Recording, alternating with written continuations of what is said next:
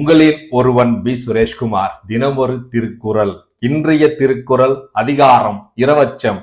குறள்: தென்னீர் அடுப்பொருக்கை ஆயினும் தாழ் தந்தது உண்ணிலின் ஊங்கினியதில். குறள் எண் 1065.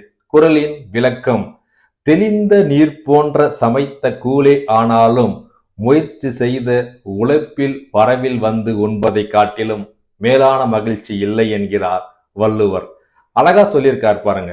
இரவச்சென்ற அதிகாரத்துல தெளிந்த நீர், தண்ணி போல சமைத்த கூழே இருந்தாலும் பரவாயில்ல, உன்னுடைய முயற்சியால் செய்த உழைப்பில் வரவில் வந்த உணவா இருந்துச்சுன்னா அதை விட மகிழ்ச்சி வேற எதுலையும் இல்லைன்னு சொல்றாருங்க. ஆமாங்க, அழகா சொல்லியிருப்பாங்க பெரியவங்க. கந்தையாளாலும் கசை கட்டு, கூனாளாலும் கரைச்சி கொட்டின்னு சொல்லியிருப்பாங்க. நம்ம பழைய துணியா இருந்தாலும் தவிச்சு நம்ம போட்டோம்னா சுத்தமா இருக்க சொல்லியிருக்காங்க.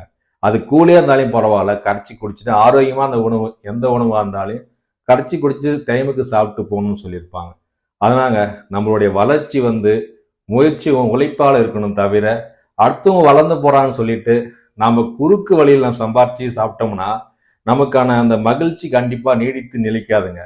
நம்மளுடைய பணம் பாக்கெட்ல 10 ரூபா இருந்தாலும் அது அறவழியில் நியாயமான வழியில் சம்பாதித்த பணமா இருந்தா நாம சாப்பிடும் போது மகிழ்ச்சி வரும் பார்த்தீங்களா? அதை விட மகிழ்ச்சி வேற எதுலையும் கொடுக்க முடியாது.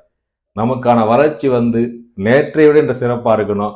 நாளை இன்றைய விட சிறப்பா இருக்கிறதுக்கு என்னன்னு நாம் பார்த்து முயற்சியோட அறவழியில் நேர்மையான வழியில் நாம் சம்பாரிச்சோம்னா கண்டிப்பா முன்னேறலாங்க.